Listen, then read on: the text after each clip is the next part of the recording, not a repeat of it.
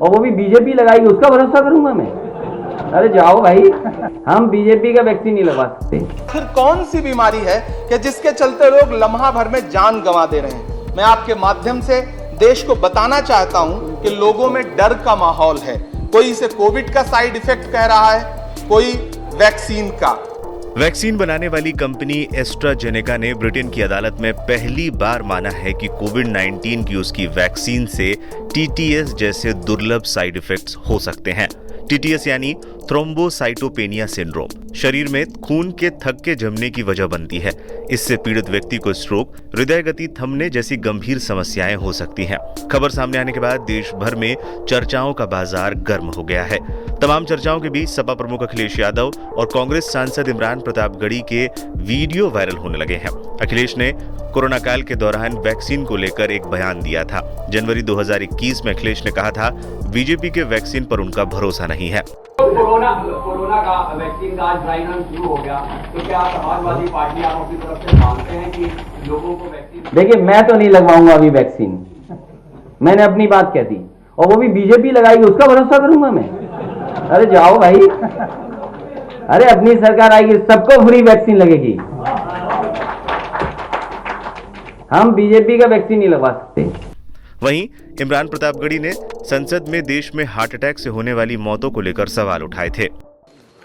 मेरा जो आज का विषय है वो है demand to constitute committee to examine the side effect of covid vaccines in the light of sudden deaths of people in the country. सभापति महोदय, मैं आज एक ऐसे जरूरी विषय के लिए खड़ा हुआ हूं जिसका ताल्लुक सियासत से नहीं है बल्कि हमारी आपकी जिंदगियों से है। इन दिनों ऐसे ऐसे विजुअल हमारे सामने आ रहे हैं जिन्हें देखकर हम सबको एक ऐसी तबाही के बारे में सोचना शुरू करना होगा जिस पर कोई बात ही नहीं कर रहा है।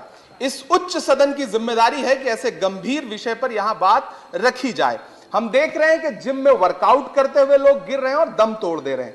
क्रिकेट खेलते हुए एक बच्चा गिर के दम तोड़ दे रहा है। डांस करते करते लोग मर रहे हैं और खुशियां मातम में बदल जा रही हैं। मेरठ में एक 16 साल का बच्चा दोस्तों के साथ सड़क पर चलते चलते गिरा और दम तोड़ गया। ये विजुअल बहुत डरावने हैं, कोई इस पर बात तक नहीं कर रहा है। मैं हेल्थ की स्टैंडिंग कमेटी का सदस्य हूं। मैंने वहां भी अपील की कि इस विषय पर रिसर्च किया जाए कि आखिर कौन सी बीमारी है कि जिसके चलते लोग लम्हा भर में जान गंवा दे रहे हैं। मैं आपके माध्यम से देश को बताना चाहता हूं कि लोगों में डर का माहौल है। कोई इसे कोविड का साइड इफेक्ट कह रहा है, कोई वैक्सीन का। मेरा अनुरोध है कि स्वास्थ्य मंत्रालय अर्जेंट एक कमेटी गठित करे और जांच करे कि इन मौतों का कारण क्या है। बता दें, ब्रिटेन के हाई कोर्ट में पेश दस्तावेजों में एस्ट्राजेनेका ने साइड इफेक्ट्स की बात कबूल की है। हालांकि वैक्सीन से होने वाले साइड इफेक्ट्स को स्वीकार करने के बाद भी कंपनी इससे होने वाली बीमारियों या बुरे प्रभाव के दावों का विरोध कर रही है। यह खबर भारत के लिए भी बेहद महत्वपूर्ण है क्योंकि ये कोविड-19 के प्रसार के दौरान बड़े पैमाने पर ऑक्सफोर्ड एस्ट्राजेनेका की इसी वैक्सीन को कोविशील्ड के नाम पर इस्तेमाल किया गया था।